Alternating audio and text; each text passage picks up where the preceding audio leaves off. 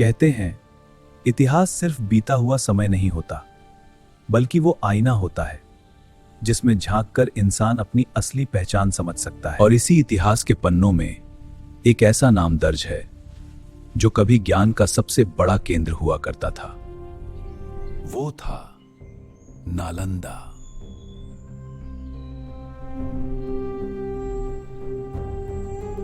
पांचवीं सदी में स्थापित हुआ यह विश्वविद्यालय जल्दी ही पूरी दुनिया के लिए ज्ञान का केंद्र बन गया।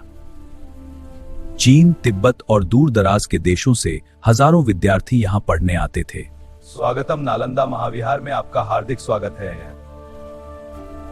यहां लगभग 10,000 छात्र और 2,000 आचार्य रहते थे। विशाल परिसर, लाल ईंटों से बने विहार और चारों ओर गूंजता ज्ञान।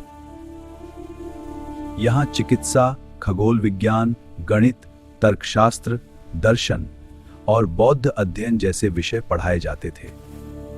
यह केवल एक विश्वविद्यालय नहीं, बल्कि एक जीवंत शहर था। और आज जब हम नालंदा को देखते हैं तो हमें सिर्फ उसके खंडहर दिखाई देते हैं, लेकिन ये अवशेष बताते हैं कि शायद नालंदा कुछ ऐसा दिखता होगा। विशाल इमारतें, खुले आंगन और हर ओर पढ़ते हुए विद्यार्थी। और इस शहर का सबसे बड़ा खजाना था उसका पुस्तकालय। कहा जाता है इसमें लगभग 90 लाख पांडुलिपियां थीं और ये 3 विशाल भवनों में फैला था। रत्नोदधि, रत्न सागर और रत्नरंजक।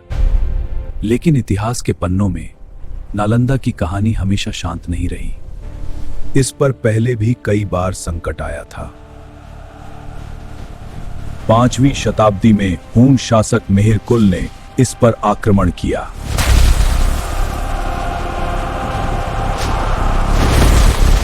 लेकिन उस समय गुप्त शासकों ने इसे फिर से खड़ा कर दिया।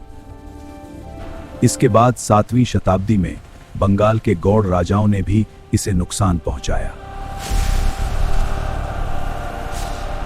लेकिन राजा हर्षवर्धन ने एक बार फिर इसे पुनर्जीवित किया। इस महान कार्य को जारी रखो, हम इसे महिमा में पुनर्स्थापित करेंगे। यानी नालंदा हर बार गिरा, लेकिन हर बार फिर से उठ खड़ा हुआ। और शायद यही कारण था कि लोग इसे अटूट मानने लगे थे। और ये सब कोई कहानी नहीं है उस समय आए चीनी यात्री ह्वेनसांग। कई वर्षों तक नालंदा में रहे। उन्होंने अपनी पुस्तक में नालंदा का विस्तार से वर्णन किया।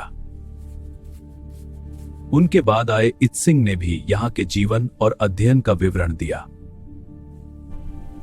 यानी ये सब उन लोगों की लिखी हुई सच्चाई है जिन्होंने इसे अपनी आंखों से देखा था।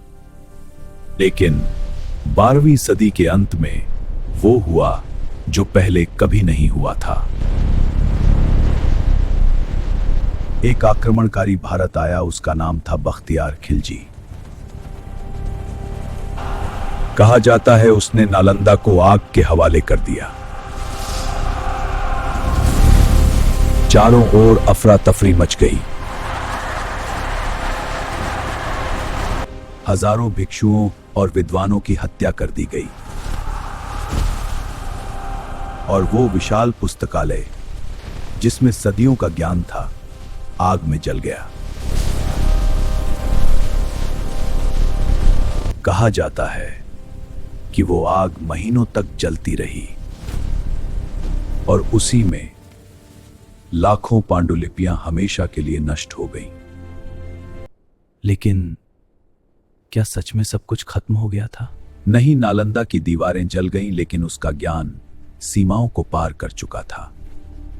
उसके आचार्य और विद्यार्थी उस ज्ञान को लेकर तिब्बत और चीन तक पहुंच चुके थे और आज भी उस ज्ञान के अंश वहां के ग्रंथों में जीवित हैं। आज नालंदा सिर्फ खंडहरों में बचा है, लेकिन जो निशान बचे हैं वो आज भी बताते हैं कि कभी यहां ज्ञान का एक ऐसा साम्राज्य था जिसे पूरी दुनिया सलाम करती थी। यह सिर्फ एक विश्वविद्यालय का अंत नहीं था, ये एक पूरी सभ्यता के ज्ञान का अंत था। लेकिन एक सवाल आज भी बाकी है। अगर नालंदा नष्ट न हुआ होता तो आज दुनिया कितनी अलग होती है। जो इतिहास में छुपा है उसे हम सामने लाएंगे। भारत अनकवर्ड।